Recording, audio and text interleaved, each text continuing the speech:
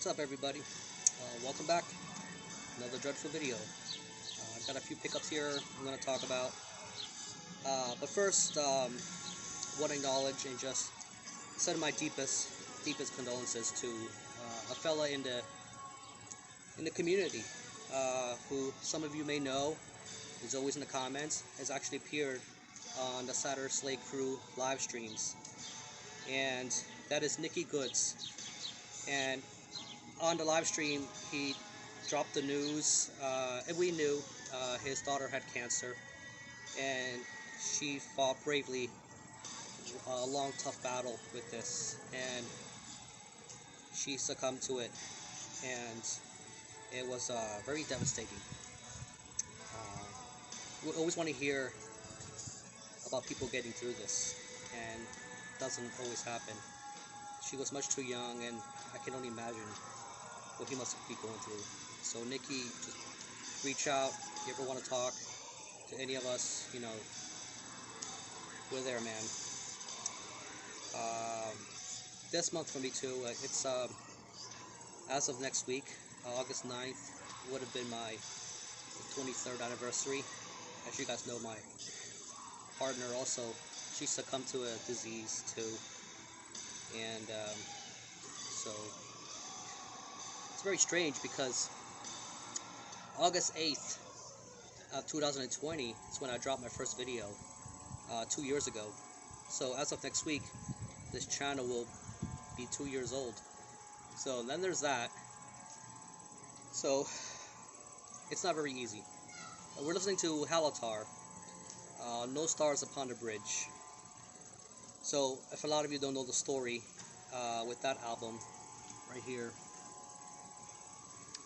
So this is an album of mourning, and I guess a bit of a dedication to what's his name, Ieschure. I'm not sure how you say it. And you know, he's part of Shawl of the Sun, but has also worked with his long time girl, Leia Starbridge. So I think her real name is Stanbridge. She's from South Africa, although she's worked with quite a bit of Finnish projects. And so this right here is this is a tough listen. You know, when I had difficult times last year, and I can really relate to this album. And this is kind of an atmospheric doom. And Tommy Jolson of Amorphous does the vocal work on this. And yeah, I have the LP too, you can see up here. So I liked it that much. And this has different meaning depending on how you're approaching this album. It's features Heike Langhans. She also sings in Draconian. I don't know if she's in the band anymore, but she offers some vocal duties here on the tracks My Mistake, and does some stuff on the track Pieces. And Aaliyah herself does vocal work on the last track, Dreams Burn Down, though I think they did that posthumously. They kind of added her voice to that track, and it's haunting.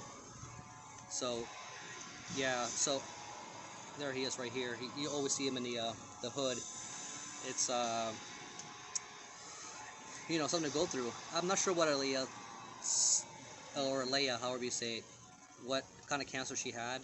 Not like it matters. I mean, all cancer is bad. So, you know, I when people go through stuff, you know, I think of like situations like this.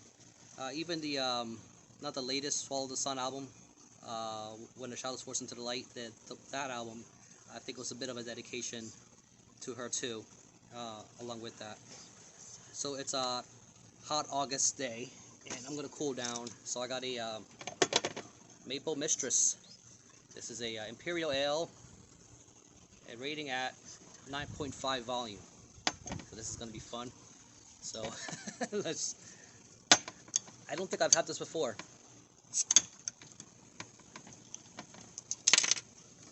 Cheers.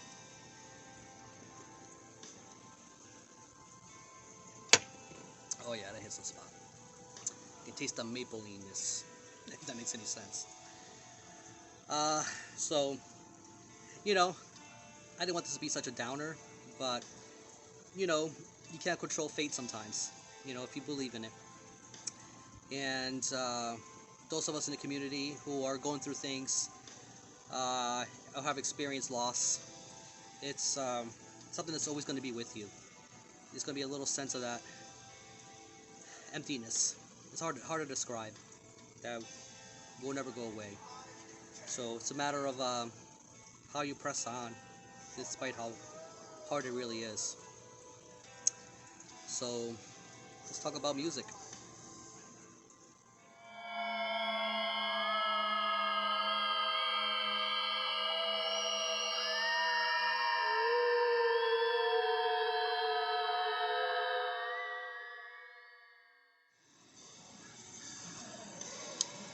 Okay, first up, so this was a cool find, and actually, so this is a band I knew about, but I did not own anything by, and now I know they were the craze. They still are, although their last album, Fortitude, it kind of dropped in, had all that hype, and then nothing. It's like, I don't hear anybody, so I can't tell what the reception on that album is really actually like. So I'm talking about Kojira, and so this is a French band. They do, how would you describe it? It's progressive death, but very on the technical side, and groove. There's quite a bit of groove on their stuff. I know this is not for everybody, but I found that this band tends to please a whole range scope of the type of palette. So, you know, these guys are very, very talented. They've been around a long time. They used to be named Godzilla at one point. They had to change their name, obvious reasons. So I think this band first came on my radar around the time, I think, from Sirius to Mars, when that dropped. And, you know, it's always been on my digital rotation. And so this band, I think, but when they got signed to Roadrunner, I think that's pretty much when, you know, they kind of just hit the ground running, and, you know, everybody was just all over this band. You know, I hear their live shows are amazing. You know, this is a band I would definitely check out live if they came around my area. So, you know, based on what I've been hearing. So this is a 2-pack thing. So for someone like myself, this is perfect. You know, again, people declare these as their best albums. So don't quote me on that. It's just what I've heard. So this is Magma and Elephant Sauvage. These two right here. And I'm not as versed with this band enough to say, well, you know, this is definitely their best album, or that one is. You know, to my ears, I mean, I can pretty much put any of them on, and I think they're all pretty good. You know, they got a formula, and I mean, although I think the earlier stuff had a little more experimentation to it, based on what I've heard. So what's funny about this is that, so it just says Warner Music on this, and so if I can get this, it's pretty tight. So you get two of the jewel cases, but one of the jewel cases, or should I say the jewel cases, have the Roadrunner logo on them, but you don't see any of the Roadrunner logo on the outside of it. So I'm not sure if this was meant for this market or what, or how the distribution of this was supposed to go, but I would think that, you know, Roadrunner would want their logo prominently displayed, you know, on the packaging. So this must be some kind of special edition, you know, obviously with the 2-pack. So I don't know if any of you have this particular edition, or, you know, as most of you probably just have the regular individual jewel cases. This is so tight, I actually can't get the damn jewel case out. So I'll probably just leave it at that. So it's in here for now. And so, but if you want to know what it looks like, it's these 2 albums. So pretty cool to have some Kojira in the collection. So probably pick up their newest one. You know, at the right price. It's not a band I'm excited to go out and just pay full price for, but I'm glad they exist. I mean, by the time they hit the ground running, the other progressive metal bands, I'm thinking of like Opeth, you know, bands in that ilk, you know, who are not doing metal anymore. So this school of bands are coming in and kind of, you know, kind of taking in those seats center stage for those who are still have a palate for that stuff.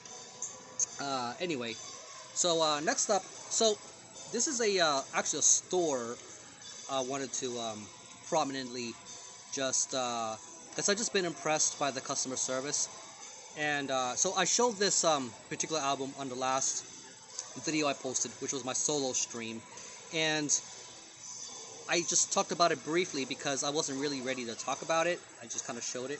So here's the packaging.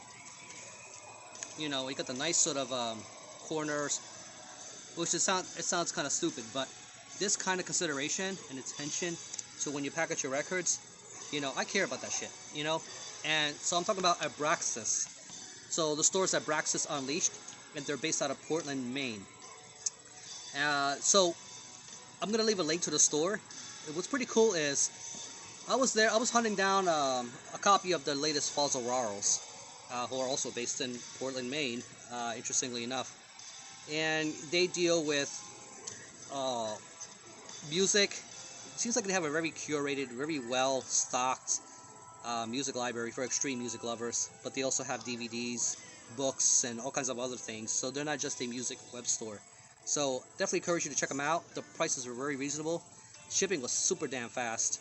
I just, you know, it felt like ordering through Amazon or something. Going through it. And the box, everything, the way it was just packaged, I was just completely, you know, I was completely thrown off, but just by how well everything is. So of course I'm talking about the latest Grief album, which is actually their Come to Grief. Correction, their Come to Grief now. So here it is. And I showed this in the live stream. And so this is a translation loss release, and so I bought it through the Abraxas web store. So what are my thoughts? Again, a very cool variant, and I love the fact that Paolo Girardi was commissioned to do the artwork for this. Paolo Girardi, man, like has a very distinct, identifiable style. So once you've seen his work, you pretty much know, you know, everything else that he's done. You know, it's like Lewandowski or somebody like that. Like you know it when you see it. The cool thing about Paolo too is that band Mother of Graves. If you haven't checked out their EP through Wise Blood Records, you're doing yourself a disservice. You definitely need to scope that out because they're ready to drop a full length later this year, and Paolo has already revealed the artwork for it. So I'll probably leave a thumbnail to show you what that looks like. There it is. That's the thumbnail. So definitely check it out. But it's just amazing stuff. I mean, look how desolate and doomy and just empty that is. So that's pretty much the vibe you get out of this. Come to Grief, you know, as you guys know, it's a kind of a form out of the ashes of the band Grief. And Grief was a band from members of Disrupt who made some really heavy, punishing doom, sludgy kind of music. And you know, if you think of bands like Winter, you know, you wouldn't be too far off. And so I think they split around 2000 or something like that. It's when, you know, the band called it quits, and two of the members decided to put this project back together with their new name. They still sort of kept the logo, you know, so that's kind of pretty much what the logo is, and kept that font, I guess you could say, for Come to Grief. Is if you picked up the two EPs of Come to Grief, you might be surprised of the change in sound in this one. It's kind of the production is so how do I best describe this? It's very it's not as gritty. I kind of prefer the gritty. When you think about Grief, what do you want out of Grief, right? You like the dirty, just the whole punishingly lo-fi.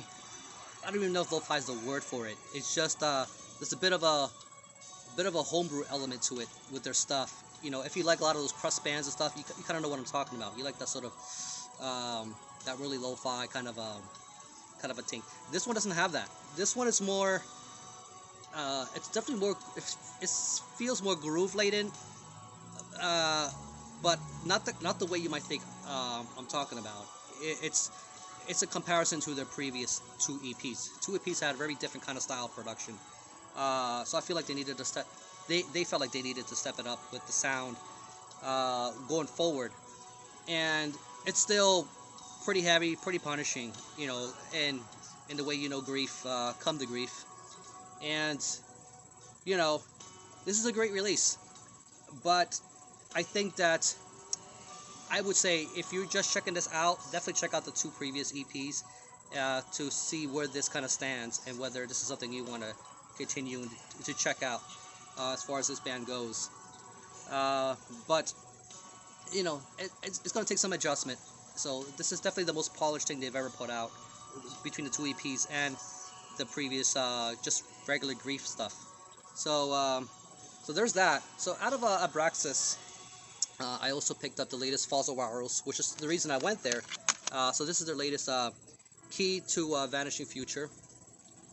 And this, you know, came out at what, in the spring, something like that. I knew I wanted it right away. You know, this is a band where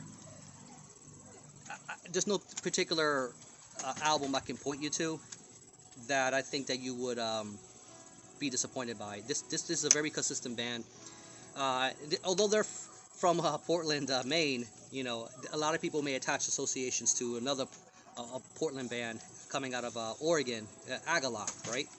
Who kind of one of those you know, U.S. bands that kind of made this particular style very popular, you know, and you know kind of paved the way for you know, projects and bands like Panopticon and whatnot.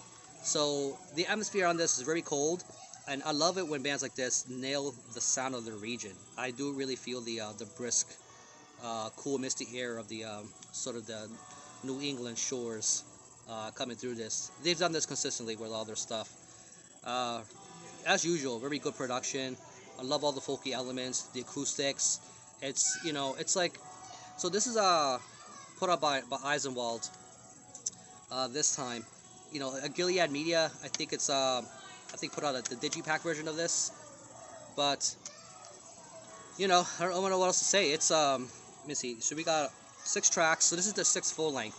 So, you know, they've been doing this a while.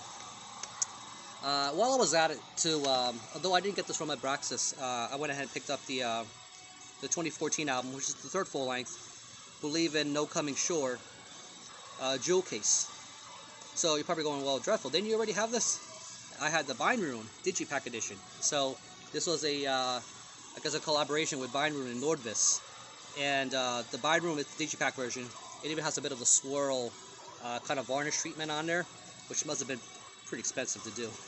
So this one right here is, I don't know, like it's, what happened with my copy with the Digipack is, you know, from Nick from Deathlike Reviews had a bit of a vehicle issue and left the CD in the car with no longer being able to have access to the vehicle. And so I sent my copy his way, so I parted with that. And I said, you know what, but this is an album, you know, I need to have in my collection. But, you know, I decided, you know what, let me just go with the jewel case version this time and see what that's, you know, I generally try to avoid digipacks when I can if there's a jewel case version available. So this is one of those situations. So Believe in No Coming Shore, another great release. Can't go wrong with any Fossil Rauros. I have managed to pick up a few of the other ones to fill the holes in that collection. But great atmospheric, folk, black metal, atmospheric, whatever you want to name it. You know, these guys are just, you know, all over the place, very creative, and they just nailed that sort of, that New England, you know, whatever you think that might sound like, that sound. So that's that. And then, so let me just go over a couple of LPs I picked up, and you know, I'll call that a day. So going over to bands that have a particular sound for their region, let's go over to the Ukraine. And Ukraine's been, you know, it's been a heavy topic of conversation with all the political turmoil and everything that's been going on.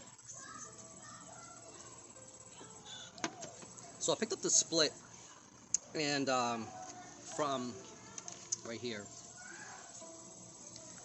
And this is a one-woman black metal project called, and I never know how to say it, Ieschure.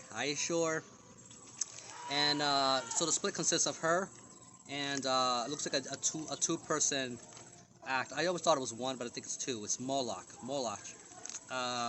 So Moloch and Ieschure did the Split together, and you know, Moloch's been around for quite a long time.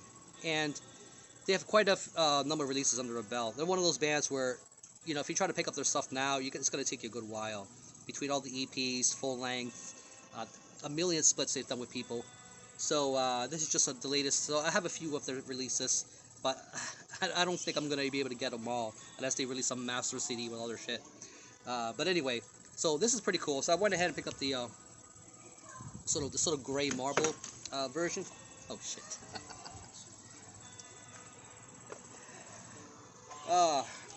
You know what? You need the occasional blooper in your videos every once in a while, right? The swan is supposed to be falling down, so this side up. There we go. Anyway, going back to this. So this is a lot more ambient than I was used to or was expecting as far as some of their previous material. So this right here really nails that woodsy, exotic forest vibe. It does sound like something that would have came out of the Ukraine. I read that they recorded all this in analog equipment, and I love it when they do that kind of stuff. You know, and, like, you take the extra effort to kind of make things a little more organic. So, which I believe this is the fella behind Moloch, which I guess this is the main dude. I always forget his name. I mean the swords and all that tells you kind of what you're about to get into. So, so this is Lolita. Lolita Arndt, I think is her real name, right here from Ieschure.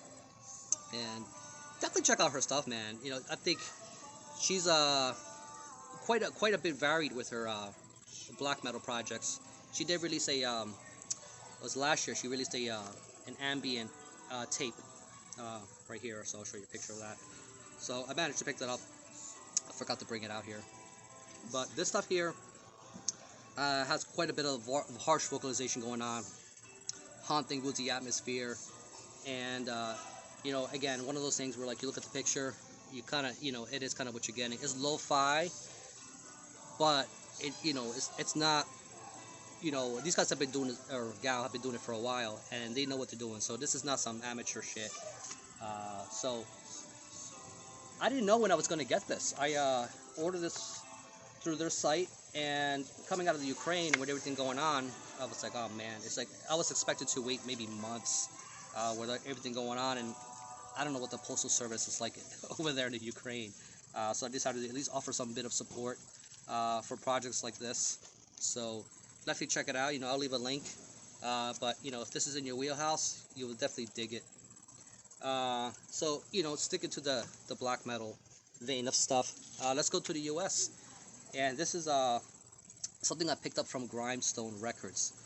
So if you guys know, Grindstone Records are based out of California, and Grindstone is actually run by Abysmal Spectre, who so this is Shawl, the secret botanist, and this is Victorian, I guess what you call folk black metal.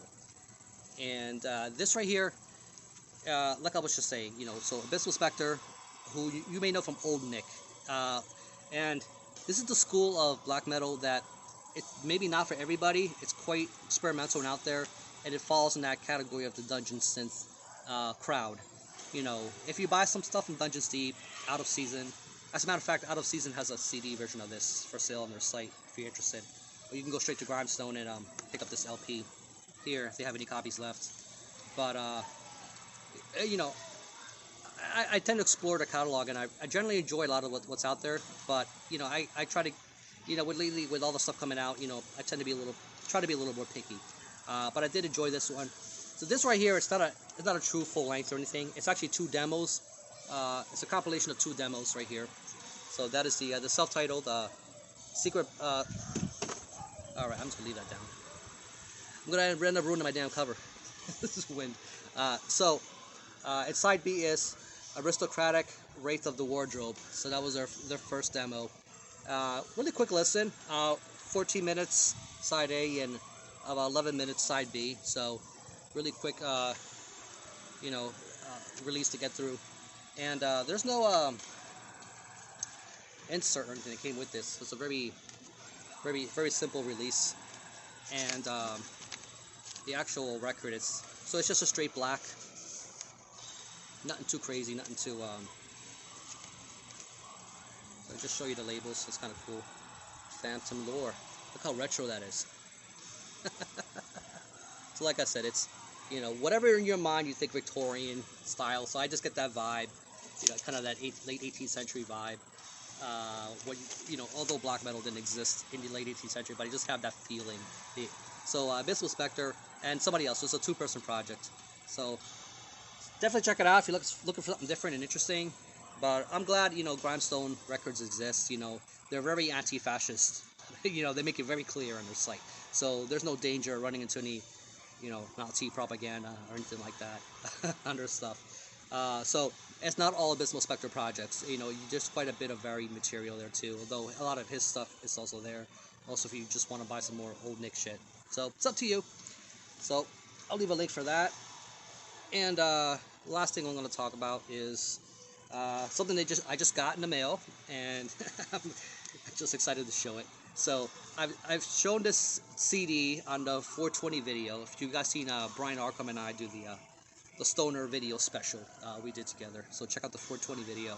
And that was the Bong Wizard Vulgar Display of Flower.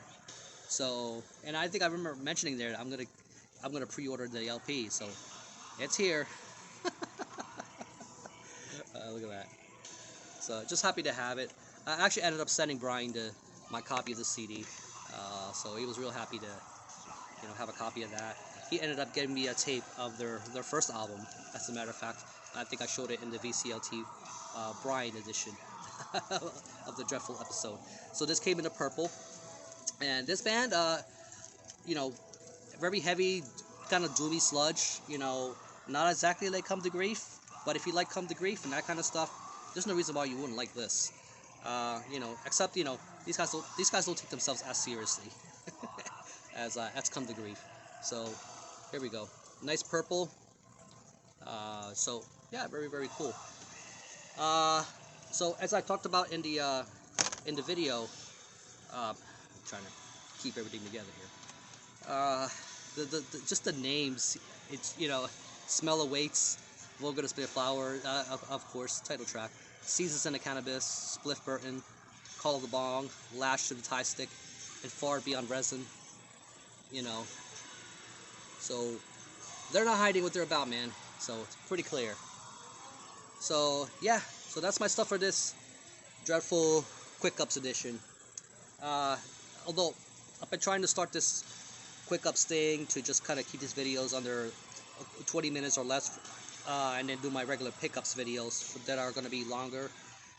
In this case, this is not a 20-minute video, so there were some things that came up and I decided to talk about it. So this is a longer than usual Quickup video. As far as what I got planned in the works, you know, I'm going to do a response video for a particular channel, so that'll be coming up. I got some VCLT videos coming up too that I'm really excited to talk about. I got a label highlight too, so stay tuned for that.